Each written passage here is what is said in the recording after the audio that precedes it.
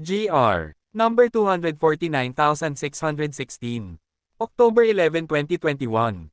Nagsampa ng ilang reklamo ang mga construction worker para sa illegal dismissal, hindi pagbabayad ng sweldo, overtime pay, holiday pay, at 13th month pay laban sa corporation, isang kumpanyang nakikibahagi sa pagpapaunlad ng real estate, partikular sa mga proyekto ng condominium.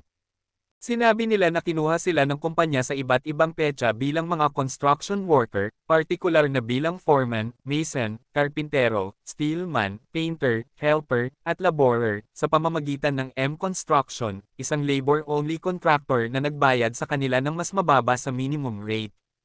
Ayon sa mga manggagawa, direktang pinangangasiwaan ng pangulo ng kumpanya ang kanilang trabaho. Habang personal na sinusubaybayan ng empleyado ng kumpanya ang kanilang mga time-in at time-out at inihanda ang kanilang mga lingguhang payroll. Noong ika-28 ng Setyembre taong 2013, bandang alas 9 ng umaga, sinabihan si Foreman na tatanggalin sa trabaho ang kanyang grupo sa ganap na alas 5 ng hapon noong araw na iyon. Ang kumpanya ay kumuha ng mga bagong manggagawa pagkatapos na wakasan ang mga serbisyo ng mga manggagawa. Ang kumpanya, sa kanilang bahagi, ay umamin na hindi ito itinatag bilang isang kumpanya ng konstruksyon o autorisadong kumuha at pumili ng mga manggagawa at tauhan sa konstruksyon. Matapos itong maisama noong ika-18 ng Agosto taong 2010, nagsimula itong bumuo ng 9 na proyekto ng condominium. Para sa unang 3 gusali, pumasok ito sa isang contractor agreement noong ika-27 ng Oktubre taong 2011 kasama si M, isang independenteng kontratista, na sumasaklaw sa partikular na trabaho, bilang ng mga manggagawa, at ang rate ng bawat manggagawa. Kumuha si M ng mga manggagawa at idinetalye sila bilang mga empleyado ng proyekto. Noong ika-10 ng Enero taong 2014, ipinaalam ng MPY sa SRC na inabandona ng mga workers ang kanilang mga trabaho. Sa pag-aakalang ang usapin ay alalahanin ng MPY, ang mga sumasagot ay walang ginawa tungkol sa sitwasyon at nagulat na lamang nang malaman na ang mga workers ay nagsampa ng mga reklamo laban sa kanila. Itinanggi ng kumpanya na ang empleyadong nagbibigay sa mga manggagawa ng kanilang sweldo ay ang kanilang payroll master. Upang protektahan ang manggagawa, ang pangkalahatang pagpapalagay ay ang isang kontratista ay nakikibahagi sa labor-only contracting, maliban kung iba ang patunay ng kontratista sa pamamagitan ng pagkakaroon ng malaking kapital, pamumuhunan, mga kasangkapan, at mga katulad nito. Ang pasanin ng pagpapatunay sa pagiging lihaytimo ng kontratista ay naililipat sa principal kapag ito ang nag-aangkin ng katayuang iyon. Kaya, ang pasanin ng pagpapatunay na si M ay isang lehitimong labor contractor ay nakasalalay sa kumpanya at hindi sa mga manggagawa. Dapat banggitin, gayunpaman, na hindi lahat ng paraan ng pagkontrata ay ipinagbabawal. Ang pagkontrata ng trabaho ay ang pinahihintulutan ngunit kinokontrol na kasanayan ng isang partikular na trabaho o serbisyo sa isang kontratista para sa isang tiyak na tagal ng panahon, hindi alintana kung ang mga empleyado ng kontratista ay gumaganap ng kanilang mga nakatalagang gawain sa loob o labas ng lugar ng punong tagapag-empleyo. Sa pagkontrata ng trabaho, ang kontratista ay nagsasagawa ng isang negosyo na naiiba at independent sa negosyo ng principal o kliyente, at ginagawa ang trabaho o serbisyo sa sarili nitong account gamit ang sarili nitong kagamitan at pamamaraan sa paggawa nito. Ang mga empleyado ng kontratista ay malaya sa kontrol ng pangunahing tagapag-empleyo, maliban sa resulta nito. Sa pagtukoy ng pagkakaroon ng isang independenteng relasyon ng kontratista, maaaring isaalang-alang kung ang kontratista ay nagsasagawa o hindi ng isang independenteng negosyo. Ang kalikasan at lawak ng gawain, kinakailangang kasanayan. Ang termino at tagal ng relasyon, ang karapatang magtalaga ng pagganap ng mga tinukoy na piraso ng trabaho. Ang kontrol at pangangasiwa ng trabaho sa iba, kapangyarihan ng employer na may kinalaman sa pagkuha, pagpapaalis, at pagbabayad ng mga manggagawa ng kontratista. Ang kontrol ng mga lugar, ang tungkuling magbigay ng mga lugar, kagamitan, kasangkapan, material, at paggawa. At ang paraan, at mga tuntunin ng pagbabayad. Samantala, mayroong labor-only contracting kung saan, A, ang taong nagsusuplay ng mga manggagawa sa isang employer ay walang malaking puhunan o puhunan sa anyo ng mga kasangkapan, kagamitan, makinarya, lugar ng trabaho, bukod sa iba pa. At B, ang mga manggagawang kinuha at inilagay ng naturang tao ay nagsasagawa ng mga aktibidad na direktang nauugnay sa pangunahing negosyo ng employer. Inaatasan ng DOL ang mga kontratiste na irehistro ang kanilang mga sarili sa tanggapan ng rehiyon kung saan sila nagpapatakbo, upang makontrol at masubaybayan ang mga kaayusan sa pagkontrata at matiyak na ang mga kontratista ay sumusunod sa batas at sa mga prinsipyong gabay nito. Ang kabigwang sumunod sa kinakailangan sa pagpaparehistro ay nagdudulot ng presumption na ang kontratista ay nakikibahagi sa labor-only contracting. Sa kasong ito, nabigo ang kumpanya na ipakita ang Certificate of Registration ayon sa hinihingi ng DOL.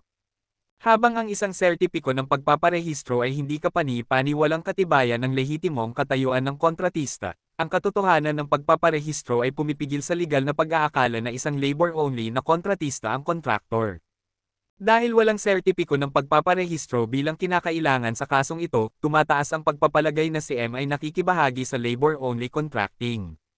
Kahit na ang isang principal o kontratista ay nagsumite ng isang sertipiko ng pagpaparehistro bilang pagsunod sa DOL, hindi pa rin ito tiyak na ebidensya na ang sumasagot ay isang lehitimong entity sa pagkontrata.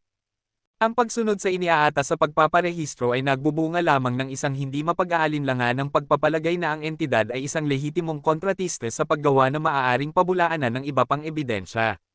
Ito ay dahil sa pagtukoy kung ang isang entidad ay isang labor-only contractor o isang lehitimong labor contractor, ito ay ang kabuuan ng mga katotohanan at nakapaligid na mga pangyayari ng kaso ang dapat isaalang-alang. Dito, walang financial statement na maasahan bilang patunay ng capitalization. Ang audited financial statement na isinumite ng kumpanya ay inihanda ng isang partikular na CPA na lumabas na wala sa pag-verify sa PRC.